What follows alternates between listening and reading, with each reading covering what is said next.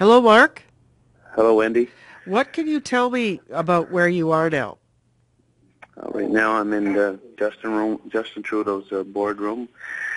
We were here since 9 o'clock this morning. We every Wednesday morning we have our caucus meetings. So Atlantic Caucus uses his office and his boardroom, and yeah, we use from 9 to 10 o'clock, and then we wrap up and we go to National Caucus. So yeah, we were having the meetings here, and then we had the window open, and we could hear this banging. But they're doing a lot of construction around here, so we said, well, maybe it's construction, and that was whatever time, and then we heard more shots, and then we heard hollering, everybody get down and get away from the windows. And no, it went pretty chaotic here, and it's been tense ever since, and we're still here in lockdown.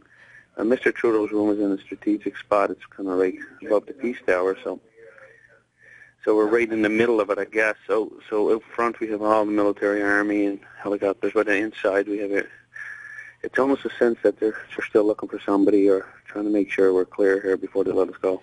So how are you getting information? Are you looking at tweets? Is somebody poking their Yeah, head in we the have Blackberries, and we're just getting a sense from people and telling us what's going on, and yeah, and how is security talking to you? How are the people who are they just, charged with they're not, they're just saying you don't go near the doors, don't go near the windows, you lay low, and we'll come and get you. You don't answer the door. So we have the door locked here, and yeah, that's the situation we're in. So do you have any idea at all what's happening in the house right now in the center block where are the Well, police we still see, moving? we hear that there's other MPs been evacuated. We hear that the leaders of all, the Prime Minister and two leaders have been evacuated. So we just hear what you're hearing, I guess. But we're still stuck here, and I don't know. I guess it's because it's just the situation we're in, I guess, and the room we're in, I guess. I don't know, but of course I'm talking to you right now. I don't know when this is going to be going live, but they really don't want for us to tell everybody where we're at either. So, but Yeah. I'm hopefully this will be over by the time you're doing the interview. Uh, so what have you been doing because it's been several hours now. It's been at least five Well, it's hours. I've been getting calls from constituents, from family, from media, U.S. media. I mean, somehow they know we're locked in this room, I guess. So it's somehow they're all getting a hold of it. But it's friends, family, constituents, people from Cape Breton. Everybody's concerned about what's happening.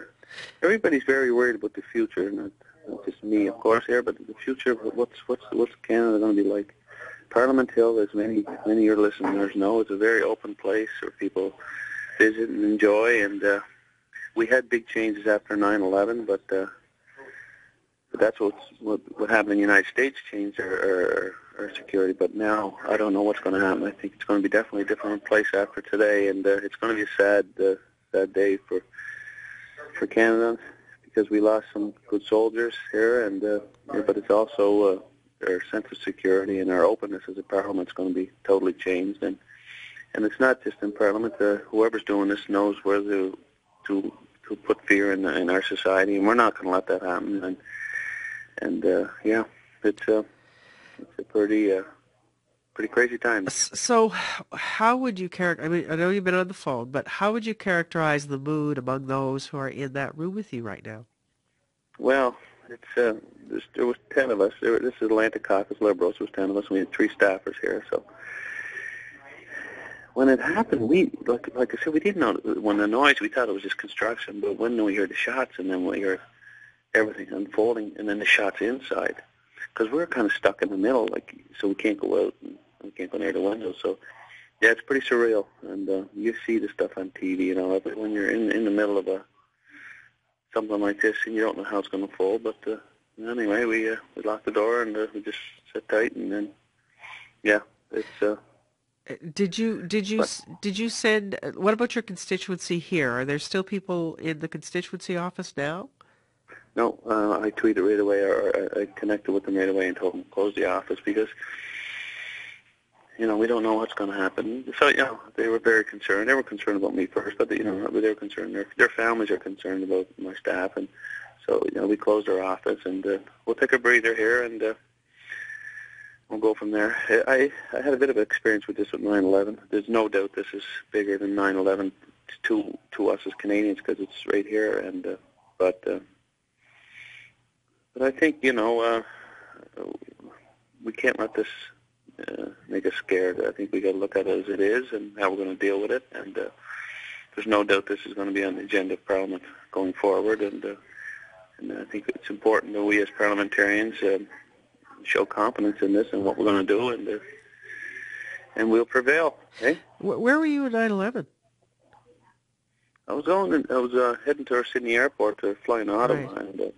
and I was just dropping in my office to pick up something, and up it came, and then I was on my way to Sydney, and I seen all the snowbirds and all these planes landing. But yeah, it's definitely a game changer in the way we're going to be doing things and the way Canadians are going to be. But no, we're very fortunate, the security on the Hill here, and I'm knowing Mr. Vickers, who I just seen something on Facebook that